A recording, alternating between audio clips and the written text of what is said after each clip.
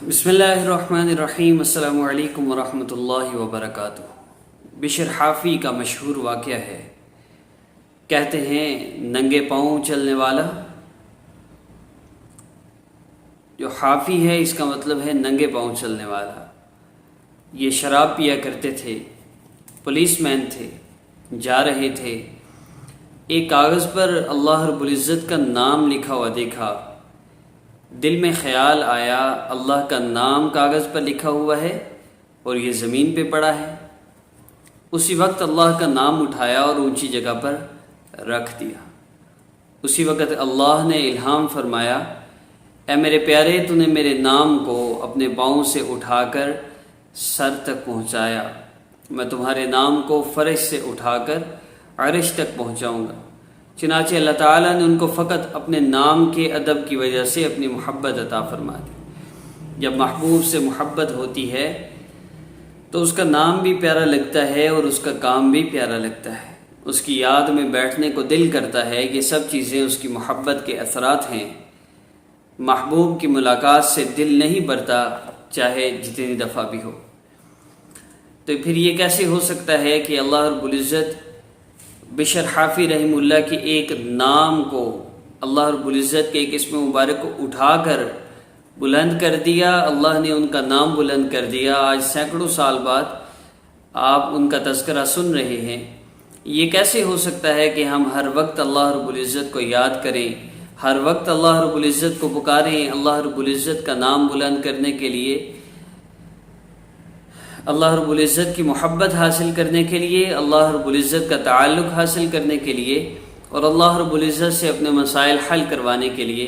تو یہ کیسے ہو سکتا ہے کہ رب تعالی ہمارے مسئلوں کو حل نہ فرمائے، ہماری پریشانیوں کو دور نہ فرمائے؟ چند لمحوں میں کہہ لیجئے، چند منٹوں میں کہہ لیجئے، لیکن انشاءاللہ آپ کا مسئلہ جلد سے جلد حل ہوگا۔ مسائل کو حل کرنے والی ذات اللہ رب العزت کی ذات ہے۔ اللہ پاک کے علاوہ کوئی بھی آپ کا مسئلہ حل نہیں کر سکتا۔ یاد رکھیے، انشاءاللہ جب بھی آپ اس وظیفہ کو کریں گے، وظیفہ مکمل ہونے سے پہلے آپ کا مسئلہ حل ہو جائے گا۔ عمل کی ترتیب قرآن و حدیث سے ثابت ہے اور مختصر سی ترتیب ہے، میں عرض کر دوں گا۔ سب سے پہلی چیز، عمل کی اجازت کے لیے چینل کو سبسکرائب کر لیجئے اور بیل آئیکن کو پریس کر لیں تاکہ نیکسٹ ویڈیو آئے آپ کو نوٹیفیکیشن مل جائے۔ دوسری بات یہ کہ اگر آپ کو ویڈیو پسند آئے گی ہی ضرور انشاءاللہ، تو آپ اس ویڈیو کو لائک کیجئے گا۔ اگر آپ کو ویڈیو پسند نہیں بھی آئے پھر بھی لائک کر دے، ثواب ملے گا۔ اچھا، اگلی بات، نماز کی پابندی اس عمل کے لیے ضروری ہے، گناہوں کو چھوڑنا اس عمل کے لیے ضروری ہے۔ گناہ نہیں چھوڑتے، کوئی بندہ یہ چاہتا ہے میرے گناہ چھوٹ جائیں اور میں ایسا اللہ رب العزت کا نیک بندہ بن جاؤں کہ میں جو دعا کروں قبول ہو جائے، اس کے لیے چینج یور لائف کورس ہے۔ یہ کورس واٹس ایپ پر کروایا جاتا ہے اور اس کورس کا فائدہ یہ ہے کہ جو بندہ اس کورس کو کر لیتا ہے اس کی زندگی سے گناہ ختم ہو جاتے ہیں۔ جب زندگی سے گناہ خود بخود ختم ہو جائیں، آپ کو زور نہ لگانا پڑے، ہمارا نفس کمزور ہے، ہمارا دل نہیں کرتا گناہ چھوڑنے کو، اللہ خود چھڑوا دیں، تو پھر اور کیا چاہیے؟ ان گناہوں کے چھوڑنے کے بعد اللہ سے آپ جو چاہے مانگ لیجئے، اللہ رب العزت آپ کا بڑے سے بڑا مسئلہ حل فرما دیں گے۔ اور گناہ بھی چھوٹ گئے، نماز کی پابندی بھی ہو گئی۔ اب عمل کیا کرنا ہے؟ 3 دن آپ نے عمل کرنا ہے۔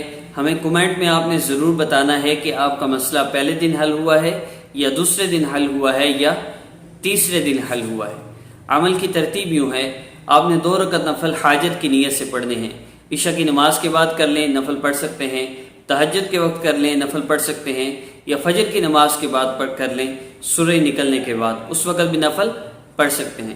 2 رکعت نفل حاجت کی نیت سے پڑھیں، ساتھ توبہ کی بھی نیت کر لیں۔ دونوں نفلوں میں ایک نیت، 2 نیتوں سے ایک جو 2 رکعت نفل ہیں ان میں دونوں نیتیں کی جا سکتی ہیں۔ 2 رکعت نفل پڑھ لیے، اس کے بعد آپ 3 مرتبہ آپ درود پاک پڑھیے۔ نبی علیہ الصلوۃ والسلام نے جو طریقہ سکھلایا ہے ایک صحابی کو، فرمایا جس کا مفہوم ہے کہ پہلے اللہ رب العزت کی عظمت اور بڑائی کو بیان کرو، اس کے بعد مجھ پر درود پاک پڑھو اور اس کے بعد پھر اللہ سے جو چاہے مانگ لو۔ تو پھر آپ نے اللہ رب العزت کے اسماء مبارکہ یا واحد یا اللہ، یا احد یا اللہ، ان اسماء مبارکہ کو آپ نے 33 مرتبہ پڑھنا ہے۔ اس کے بعد رب تعالی سے آپ نے دعا کرنی ہے، اللہ رب العزت کی عظمت اور بڑائی بیان کریں، اس کے بعد آپ درود پاک پڑھیں کثرت سے، اس کے بعد آپ اس ذکر کو کریں 33 مرتبہ آپ پڑھیں، اور پھر اللہ رب العزت سے دعا کر لیں۔ ترتیب آپ کی اپنی ہے، آپ جس وقت چاہے پڑھیں، لیکن آپ اس ذکر کو کر کے اس کے بعد دعا کریں گے اور آخر میں پھر 3 مرتبہ درود پاک پڑھیں گے۔ انشاءاللہ آپ کا مسئلہ بہت جلدی حل ہوگا۔ اپنی والدہ کا نام کسی کو نہ دیں، اپنی تصویر نہ دیں، ان دونوں چیزوں سے آپ پر بلیک میجک بھی ہو سکتا ہے، جنات کو بھی مسلط کیا جا سکتا ہے۔ اور جو آپ سے کہتا ہے ہم آپ کے مسئلے حل کرتے ہیں، ایسے لوگوں سے بالکل رابطہ نہ کریں۔ وظائف سے آپ کو مسئلہ حل ہوتا نظر نہیں آ رہا تو کوئی نہ کوئی گناہ ہے جس کی وجہ سے آپ کا مسئلہ ہے، اب سمجھ نہیں آتی وہ گناہ کیا ہے۔ چینج یور لائف کورس سے اس گناہ کی سمجھ بھی آ جاتی ہے اور وہ گناہ چھوٹ بھی جاتا ہے۔ تو آپ چینج یور لائف کورس کر لیجئے، اس کے لیے ہمارا واٹس ایپ نمبر آخر میں شو ہو رہا ہے، آپ اس نمبر پہ رابطہ کر کے کورس کر سکتے ہیں۔ اس کورس کی ایڈمیشن فیس ہے، باقی فی کورس مکمل ہونے کے بعد، مسئلہ حل ہونے کے بعد ہے، کوئی دینا چاہے دے، نہ دینا چاہے تو نہ دے۔ اور ایڈمیشن فیس بھی بہت منیمم ہے، ہر بندہ دے سکتا ہے۔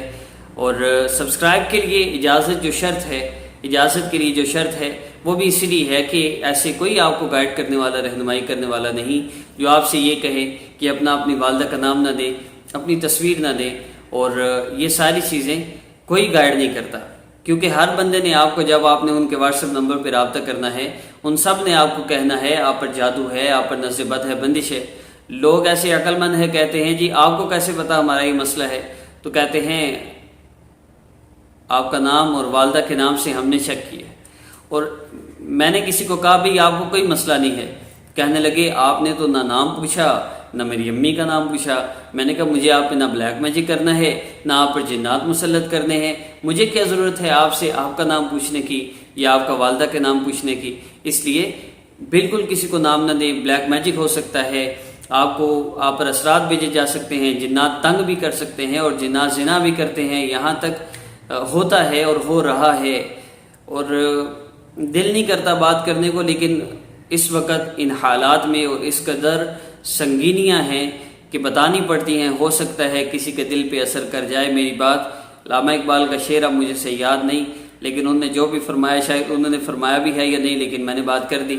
اور